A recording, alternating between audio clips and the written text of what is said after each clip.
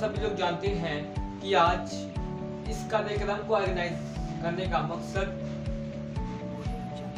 वो कंपटीशन में WhatsApp quiz में रैंक हासिल करने वाले बच्चों के लिए सर्टिफिकेट से सम्मानित करने के लिए किया गया है। मैं सबसे पहले उन सभी स्टूडेंट को बहुत बहुत धन्यवाद देता हूँ जिन्होंने इस कंपटीशन में पार्टिसिपेट किया, इस कंपटीशन को कामयाब बनाया।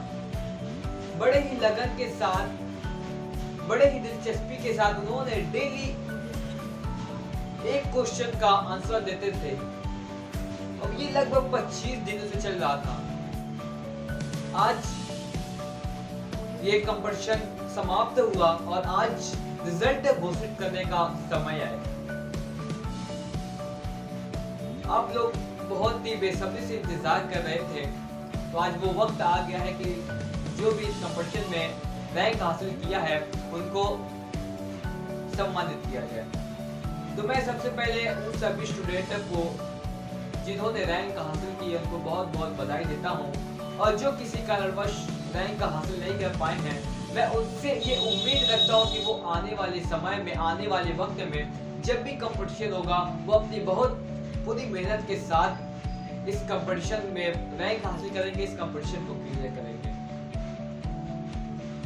तो सबसे पहले आप सभी लोग कुछ इंट्रोडक्शन करा दिया। सभी लोग मुझे जानते हैं, मैं एक शाद उड़ान इंडिया फाउंडेशन का मैनेजिंग डायरेक्टर।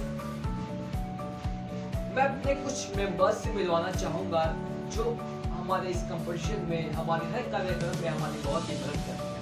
सबसे पहले मैं उड़ान इंडिया फाउंडेशन के प्रेसिडेंट से मिलाना चाहूंगा, वो है फैजान आजमी। फैजान आजमी ने हमारे इस प्रोग्राम, हमारे इस कंपटीशन को बहुत ही कामयाब और आगे बढ़ाया है। इन्होंने हर कदम पर हमारी हेल्प की है, मदद की है। और हमारे उड़ान इंडिया फाउंडेशन के सेक्रेटरी अबू तलहा अंसारी हैं, उन्होंने भी हमारे हर वक्त में, हर समय में हमारा सपोर्ट किया, हमारा साथ दिया है। इन्हीं की तरह हमारे कुछ मेंबर्स हैं उड़ान इंडिया फाउंडेशन के, उन्होंने भी हमारी हर वक्त पे जब भी उनकी जरूरत पड़ी है उन्होंने हमसे कंधा से कंधा मिला के, कदम से कदम मिला के चला है, और हर वक्त में, हर समय में उन्होंने भी हमारी पूरी हेल्प की है जितना वो कर सकते हैं। मैं उन हमारे मेंबर्स का भी बहुत बहुत शुक्रिया अदा करना चाहूँगा। अब वो वक्त आ चुका है कि जितने भी इस कंपटीशन में रैंक हासिल किया उनको सर्टिफिकेट से सम्मानित किया जाए, लेकिन मैं उससे पहले कुछ बातें बताना चाहूँगा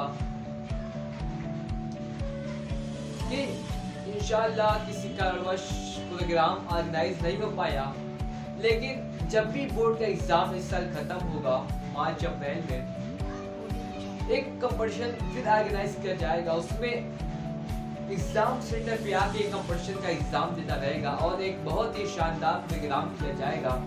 उसमें जितने भी रैंक हासिल करने वाले स्टूडेंट हैं उनको इस मौके बड़ी हस्तियों के हाथों उनको बड़ा इनाम दिलवाया जाएगा। तो चलिए प्रोग्राम को आगे बढ़ाते हैं। हमारे इस प्रोग्राम, हमारे इस कंपटीशन में कुल 13 बच्चों को सर्टिफिकेट दिया जाएगा, फर्स्ट, सेकंड, थर्ड और टॉप 10। जो फर्स्ट, सेकंड, थर्ड के अलावा जो टॉप 10 रैंक लाए हैं उनको भी। तो चलिए सबसे पहले मैं कुछ मकसद बता देता हूँ उड़ान इंडिया फाउंडेशन का, कि हमारे उड़ान इंडिया फाउंडेशन के ऑर्गेनाइजेशन का मकसद क्या है। वो सबसे पहला एक ही मकसद था, वो है एजुकेशन फील्ड में आगे बढ़ना, आगे बढ़ना। क्योंकि बहुत से ऐसे बच्चे हैं जो एजुकेशन हासिल नहीं कर पाते हैं, जो पढ़ नहीं पाते हैं। क्यों? क्योंकि वो गरीब है, उनके पास पैसा नहीं, उनके माँ बाप उनको नहीं पढ़ा पाते। तो ये उड़ान इंडिया फाउंडेशन उनको यूट्यूब चैनल पे फ्री ऑफ कॉस्ट एजुकेशन दिलाता है, फ्री में, चाहे वो स्कूल से रिलेटेड हो, चाहे वो मोटिवेशनल हो, एजुकेशनल हो, कुछ भी हो। और हमारे ये ऑफलाइन भी क्लासेस चलती है बहुत ही अच्छे टीचरों द्वारा, वो भी फ्री, वो भी बिल्कुल कम प्राइस में, बिल्कुल रेयर पैसे में, जो कोई भी गरीब बच्चा हो वो दे सकता है। अगर बहुत ज्यादा बच्चे के पास पैसा नहीं है तो उन्हें ऑफलाइन भी फ्री में कोचिंग कराया जाता है। इतनी सहूलियत दी जाती है और इंशाल्लाह आप लोगों का सपोर्ट रहा तो आगे बहुत ही आगे बढ़ना है। आप लोगों को बस सपोर्ट की जरूरत है। तो मैं कंपटीशन में आए हुए रैंक के हिसाब से स्टूडेंट का नाम बोलूंगा। कौन कहता है कि कामयाबी किस्मत से मिलती है? कौन कहता है कि कामयाबी किस्मत से मिलती है? अगर इरादों में दम हो तो मंजिल भी झुका करती है। अगर इरादों में दम हो तो मंजिलें भी झुका करती है। इस प्रोग्राम में 10वें रैंक पे यानी टॉप 10 के 10वें रैंक पे आए हैं अबू हुरैरा सन ऑफ मुजीबुर रहमान। इन्होंने 10वां रैंक हासिल किया है। 9वां रैंक हासिल किया है मोहम्मद अनस ने son of Javed Ahmed. Mohammad Anas son of Javed Ahmed. ये मैं सबसे पहले टॉप 10 का बोलूंगा। अबू माज सन ऑफ उबैदुर रहमान।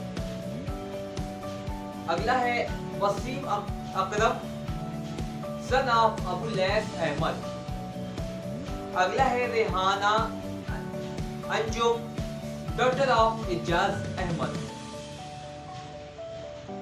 अगला है मोहम्मद शहीद सन ऑफ मोहम्मद कासिम। यूं ही नहीं मिलती मंजिल किसी को, यूं ही नहीं मिलती मंजिल किसी को, उन्हें पाने के लिए चलना पड़ता है। इतना आसान नहीं होता कामयाबी का मिलना, उसके लिए किस्मतों से भी लड़ना पड़ता है। अगला है Hafizur Rahman son of Shafiqur Rahman. Talib Anwar son of Iqbal Ahmad.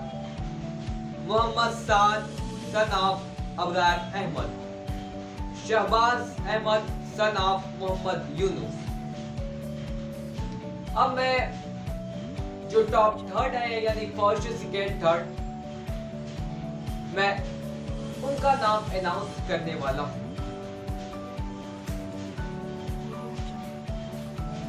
यूं ज़मीन पे बैठ के आसमां क्यों देखता है? यूं ज़मीन पे बैठ के आसमां क्यों देखता है? अपने पंखों को खोल ज़माना उड़ान देखता है।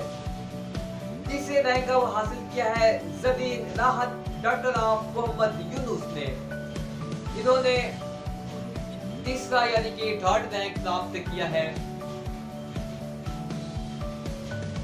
जो 2nd रैंक प्राप्त किए हैं वो है मिराज अशरफ सन ऑफ मोहम्मद अजमल।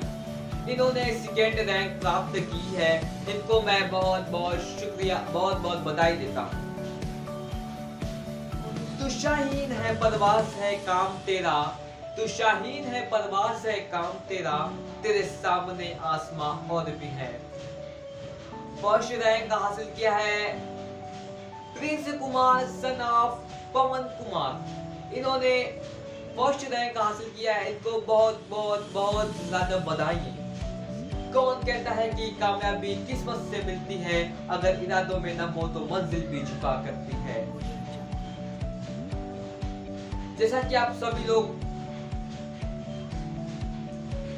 रिजल्ट देख लिए हैं, रिजल्ट एक घोषणा हो चुकी है। अब मैं आप लोगों को कुछ बातें बताना चाहूंगा कि कुछ लोगों का कहना है कि लड़कियां एजुकेशन हासिल करके, शिक्षा हासिल करके क्या करेंगे? उसको घर का काम नहीं करना है, घर संभालना है। इस्लाम में कहा गया है तलबुल इल्म फरीज़तुन अला कुल्लि मुस्लिम, इल्म हासिल करना हर मुसलमान पर फर्ज है। लेकिन इसमें ये नहीं कहा गया वो सिर्फ मर्द पे फर्ज है या औरत पे फर्ज है या बच्चों पे या किसी पे। इसमें जेंडर का जिक्र नहीं हुआ है। तो फिर हम ये कैसे कह सकते हैं कि लड़कियों को एजुकेशन न दिलाया जाए? आप सभी लोग जानते हैं कि अगर एक घर की लड़की शिक्षित हो, अगर एक घर की औरत शिक्षित हो, एजुकेटेड हो, तो अपनी पूरी फैमिली को, अपने आने वाली नस्लों को भी एजुकेटेड बनाती है, शिक्षा देती है। लेकिन अल्हम्दुलिल्लाह हमारे यहाँ ऐसा रिवाज बिल्कुल खत्म हो गया है। कुछ घर ऐसे हैं जिनकी ऐसी सोच है कि लड़कियों को एजुकेशन न दिलाया जाए। क्यों? क्योंकि उनको घर ही संभालना है और लड़कों को फैमिली चलानी होती है, खर्चा चलाना होता है, इसलिए उनको एजुकेशन दिलाया जाए और वो अच्छी इनकम कर सके। लेकिन ऐसी सोच नहीं रखनी चाहिए, क्योंकि इस्लाम में कहा गया कि इल्म हासिल करना हर मुसलमान पर फर्ज है। उसमें जेंडर का बयान नहीं किया गया। तो इसलिए चाहे वो औरत हो चाहे वो मर्द हो, सबके लिए इल्म हासिल करना फर्ज है। सबके लिए, सबकी रिस्पॉन्सिबिलिटी है कि वो एजुकेशन हासिल करें।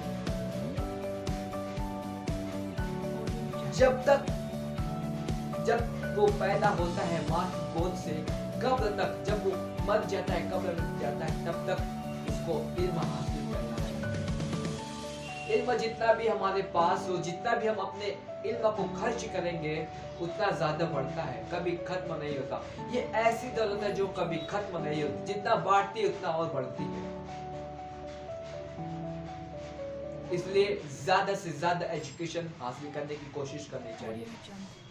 अगर हम पूरी जिंदगी में एजुकेशन हासिल करें, पूरी जिंदगी एजुकेशन हासिल करते रह जाए, तभी हम पूरी तालीम नहीं हासिल कर पाएंगे, पूरा नॉलेज नहीं हासिल कर पाएंगे।